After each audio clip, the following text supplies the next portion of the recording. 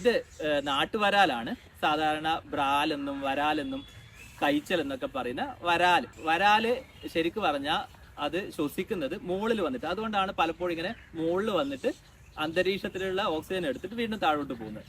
അപ്പോൾ അങ്ങനെ വന്ന് പോയിക്കൊണ്ടിരുന്നിട്ടാണ് അത് ശരിക്കും പറഞ്ഞാൽ ശ്വസിക്കുന്നത്. പിന്നെ സാധാരണ കഴിക്കുന്നത് ചെറു മത്സ്യങ്ങൾ, മറ്റു ജീവികളൊക്കെയാണ് വരാല് കഴിക്കുന്നത്.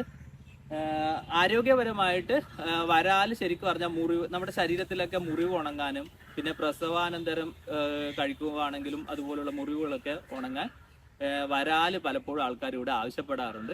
പിന്നെ അതുപോലെ തന്നെ വരാല് ശരിക്കും തൊലിയോടുകൂടി കഴിക്കുന്നതാണ് നല്ലത്. പക്ഷെ നമുക്ക് തൊലി കളയാനൊക്കെ വളരെ ബുദ്ധിമുട്ടാണ്. തൊലിയോടുകൂടി ക്ലീൻ ചെയ്യാൻ കുറച്ച് പാടായതുകൊണ്ട് തന്നെ തൊലി പൊളിച്ചിട്ടാണ് സാധാരണ എടുക്കാറ്. പക്ഷെ ആ തൊലി നമുക്ക് ഉപയോഗിക്കുന്നതും നല്ലതാണ്.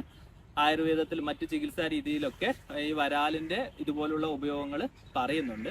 ഇങ്ങനെ ചെമ്പട പോലെ കുഞ്ഞ് വരാലിന്റെ കുഞ്ഞുങ്ങൾ ഇങ്ങനെ താഴെ മുകളിൽ ഇങ്ങനെ വന്നുകൊണ്ടിരിക്കുന്നുണ്ട്.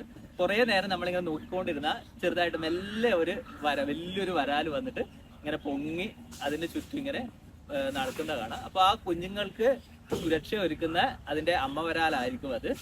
നമ്മുടെ ഒരു വലിയൊരു കുളമാണ്. അപ്പോൾ ഇത് നമ്മുടെ കൃഷിയിടത്തിലെ ഒരു പ്രധാന ജലസ്രോതസ്സാണ്, പ്രകൃതിദത്തമായിട്ടുള്ള ഈ കുളം. ഇതിന് ചുറ്റും നമ്മൾ വെച്ചിരിക്കുന്നത് മുളകളാണ്. വ്യത്യസ്ത തരത്തിലുള്ള മുള ഇനങ്ങളാണ് ഇതിന് ചുറ്റും വെച്ചിരിക്കുന്നത്. അപ്പോൾ ഇതൊരു നല്ലൊരു എക്കോസിസ്റ്റം ആയിട്ട് മാറിയിട്ടുണ്ട്. നമുക്ക് ആക്ച്വലി ഈ മീനുകൾക്ക് നമ്മൾ കാര്യമായിട്ടൊന്നും ഫുഡൊന്നും കൊടുക്കേണ്ട ആവശ്യം വരാറില്ല. കാരണം വെച്ചാൽ ഇതിന് ആവശ്യമുള്ളത് ഇത് ഈ കുളത്തിൽ നിന്ന് തന്നെ അതിന് കിട്ടുന്നുണ്ട്. അപ്പോൾ അത് തന്നെ വളരുന്നുണ്ട്, കുഞ്ഞുങ്ങൾ ഉണ്ടാവുന്നുണ്ട്. അപ്പോൾ നല്ല ഒരു എക്കോസിസ്റ്റം ആയിട്ട് ഇവിടെ മാറിയിട്ടുണ്ട്. പിന്നെ നമ്മൾ കൃഷി ആവശ്യത്തിന് ഈ കുളത്തിലെ വെള്ളം ഉപയോഗിക്കുന്നുണ്ട്. അപ്പോൾ ഒരു ഗുണം നേർച്ച ഇതിന്റെ കാഷ്ടമൊക്കെ ചേർന്നിട്ടുള്ള നല്ല വളക്കൂറുള്ള വെള്ളം ആക്ച്വലി നമുക്ക് നമ്മുടെ കൃഷിയിടത്തിലോട്ട് കിട്ടുന്നുണ്ട്. അത് നമ്മുടെ പച്ചക്കറികൾക്കൊക്കെ ഏറ്റവും നല്ലതാണ്. പിന്നെ ചുറ്റും മുളകള്, പിന്നെ കുറേയധികം കിളികള്, ആമ എല്ലാം ഉണ്ട്, ചെറിയ പാമ്പുകൾ എല്ലാം ഉണ്ട്. നല്ല രസമായിട്ട് ഒരു എക്കോസിസ്റ്റം ആയിട്ട് ഇങ്ങനെ നിൽക്കുന്നു. അത് ശരിക്ക് ഈ കുളത്തിന്റെ കരയിലൊക്കെ വന്നിരിക്കുന്നത് നല്ല രസമുള്ള ഒരു അനുഭവമാണ്.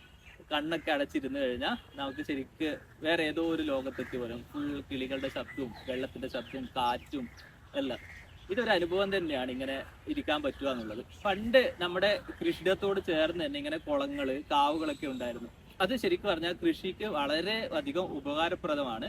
കാരണം വെച്ചാൽ നല്ലൊരു മൈക്രോ ക്ലൈമറ്റ് നമ്മുടെ കൃഷിയിടത്തിൽ ഉണ്ടാക്കിയെടുക്കാനും, പിന്നെ ഒരു ചെറിയൊരു ഈർപ്പം നമ്മുടെ കൃഷിയിടത്തിലോട്ട് കിട്ടാനും, വെള്ളം വാർന്നു വരാനും, പിന്നെ അതുപോലെ തന്നെ നമ്മുടെ കൃഷി ചെയ്യുന്ന സ്ഥലത്തോട്ട് വെള്ളക്കെട്ട് ഇല്ലാതിരിക്കാനും, പിന്നെ ഈ കാവുകളിലൊക്കെ ആണെങ്കിൽ നിറയെ പക്ഷികളും ബാക്കിയുള്ള ജീവികളൊക്കെ ഉണ്ടാവും. അത് നമ്മുടെ കൃഷിക്ക് വളരെയധികം ഉപകാരപ്പെടുന്നതാണ്. കാരണം വെച്ചാൽ പക്ഷികൾ ഈ കീടങ്ങളൊക്കെ വന്ന് തിന്നും പിന്നെ കാഷ്ടിക്കൊക്കെ ചെയ്യുന്ന സമയത്ത് സ്വാഭാവികമായിട്ട് അവിടെ നല്ല വളക്കൂറുള്ള ഒരു മണ്ണായിട്ട് അത് മാറും. അപ്പൊ സ്വാഭാവികമായിട്ട് ഇതുപോലെ നല്ല നല്ല എക്കോസിസ്റ്റങ്ങൾ ഉണ്ടാവുക എന്നുള്ളതാണ് നമ്മുടെ കൃഷി രീതിയുടെ ഒരു പ്രധാനപ്പെട്ട ഒരു കാര്യം.